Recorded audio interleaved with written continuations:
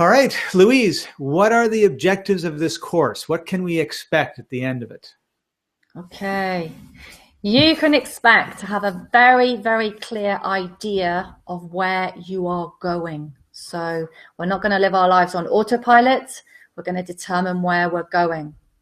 You will be able to set a clear intention, a powerful, audacious goal, and very clear, powerful affirmations to surround this goal and this intention.